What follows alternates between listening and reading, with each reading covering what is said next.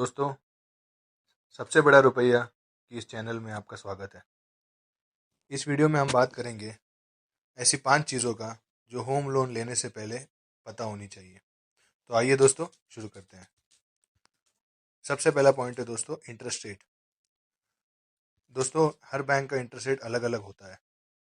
ये डिफरेंस कभी कभी 1% से ज़्यादा का भी हो सकता है। इसलिए जानना ज़रूरी है कि कौन सी बैंक कितना इंटरेस्ट दे रही है। अगर आप 0.5% की भी बचत कर पाते हैं तो पूरे लोन पर लाखों की बचत होगी।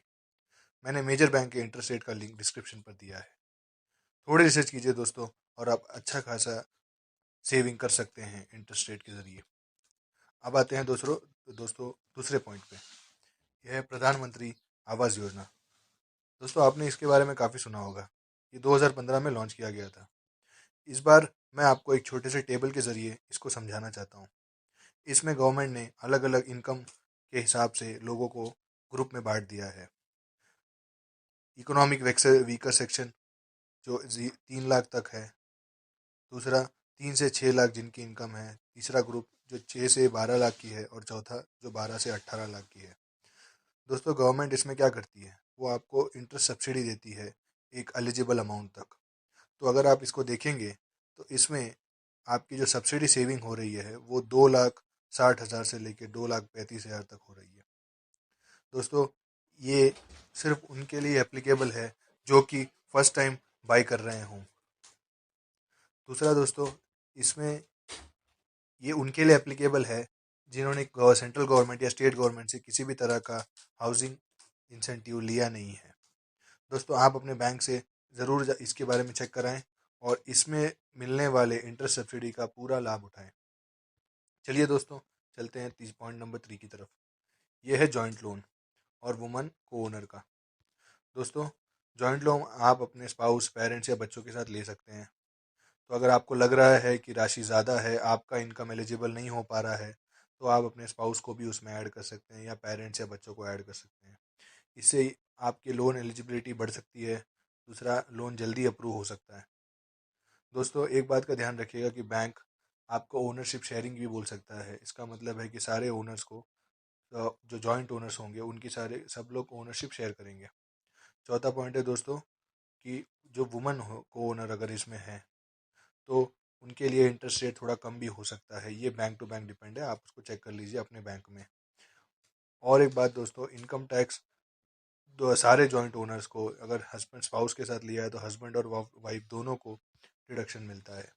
वर्किंग कपल के लिए ये बहुत अच्छा तरीका माना गया है। दोस्तों, अपने बैंक से कांटेक्ट करें और इसकी पूरी प्रोसेस समझ लें। इसमें इसको भी ठीक से करने से आप अच्छी खासी सेविंग कर सकते हैं। चलिए दोस्तों, चलते हैं पॉइंट नंबर 4 की तरफ। दोस्तों, हमें ये पता होना चाहिए कि किन चीज़ों पे हमें लोन नहीं मिलने वाला, क्योंकि वो अमाउंट हमें खुद से इन्वेस्ट करना पड़ता है। तो दोस्तों, पहला पॉइंट है स्टैम्प ड्यूटी। जब भी आप खरीदते हैं आपको स्टैम्प ड्यूटी देना पड़ता है। इसका रेट हर स्टेट वाइज अलग अलग होता है। ये 3%, 8% तक जा सकता है। दोस्तों, दूसरा पॉइंट है रजिस्ट्रेशन फ़ी। जब आपको अपना डॉक्यूमेंट जैसे कन्वेंस डीड, सेल डीड, ये बाकी सारे डॉक्यूमेंट रजिस्ट्रार में जाके रजिस्टर करने पड़ते हैं। इसके लिए डिपार्टमेंट आपसे 1% के आसपास चार्ज करता है। तीसरा पॉइंट है दोस्तों डाउन पेमेंट का। बैंक आपको 100% का लोन नहीं देने वाला। यूजुअली आरबीआई के गाइडलाइंस के थ्रू 80% तक ही सीमित रखता है। इसीलिए बैलेंस 20% का प्रॉपर्टी वैल्यू आपको खुद से ही मैनेज करना होगा। दोस्तों, और एक पॉइंट है लीगल एंड डॉक्यूमेंटेशन। जब आप घर खरीदने जैसा प्रोसेस करते हैं उसमें आपको काफ़ी लीगल एडवाइस की ज़रूरत होती है। एग्रीमेंट्स बनाने से लेकर एजेंट के सर्विस लेनी पड़ती है। सो इसका खर्च भी आप ही को उठाना पड़ेगा और बैंक इसको लोन फंड नहीं करेगा। तो दोस्तों, अगर आप इस हिसाब से देखें तो प्रॉपर्टी वैल्यू का 30% आपके पास होना चाहिए। मान लीजिए आप 1 करोड़ की प्रॉपर्टी देख रहे हैं तो 30 लाख आपके पास होने चाहिए, जिससे कि आप 20% का डाउन पेमेंट और 8% का स्टैम्प ड्यूटी और 2% का रजिस्ट्रेशन फ़ी पे कर पाएँ। दोस्तों, चलते हैं 5वें और आखिरी पॉइंट की तरफ। ये है इनकम टैक्स रिडक्शन। गवर्नमेंट ने होम बाइंग को सपोर्ट करने के लिए इनकम टैक्स में छूट दी हुई है। दोस्तों, आप जब भी बैंक से लोन लेते हैं तो आप उसको रीपे ईएमआई के रूप में करते हैं। इस ईएमआई में 2 ऑप्शन होते हैं दोस्तों। एक होता है इंटरेस्ट पोर्शन दूसरा है प्रिंसिपल पोर्शन।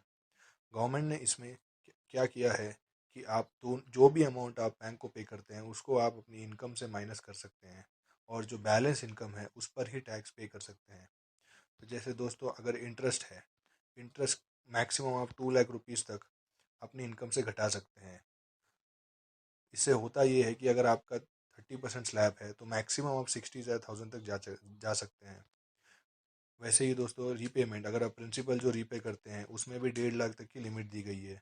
अगर आपका स्लैब हाईएस्ट 30% का है तो आप 45,000 वहाँ भी बचा सकते हैं हर साल। तो दोस्तों, इसमें ध्यान रखने की बात यह है कि ये बहुत ही पॉपुलर डिडक्शंस हैं, और ऑलमोस्ट जितने भी लोग इनका इन जितने भी लोग होम लोन लेते हैं वो लोग ये डिडक्शन बिल्कुल लेते हैं दोस्तों कुछ लोगों को एडिशनल डिडक्शन भी प्राप्त है, जिनका 16-17 में लोन सैंक्शन हुआ था। 50 लाख से कम की हाउस की वैल्यू थी और लोन अमाउंट 35 लाख था। ये मैं सिर्फ जानकारी के लिए दे रहा हूँ। और जैसा कि मैंने पहले बताया था दोस्तों, अगर जॉइंट लोन ले रहे हैं को ओनर्स, तो सारे ओनर्स को ये डिडक्शन मिलेगा। तो जितने ओनर हैं जॉइंटली, सबको ये डिडक्शन मिलेगा दोस्तों। तो दोस्तों, ये थी 5 चीज़ें जिससे जो किसी फ्रेश ओनर जो पहली बार जो बाई कर रहा है उसको पता होनी चाहिए। ये मुझे लगता है उनको के लिए काफ़ी हेल्पफुल होंगी। अगर आपको ये वीडियो से अच्छा लगा तो प्लीज़ लाइक, शेयर और सब्सक्राइब करें। अभी फ़िलहाल के लिए दोस्तों, thank you for your time.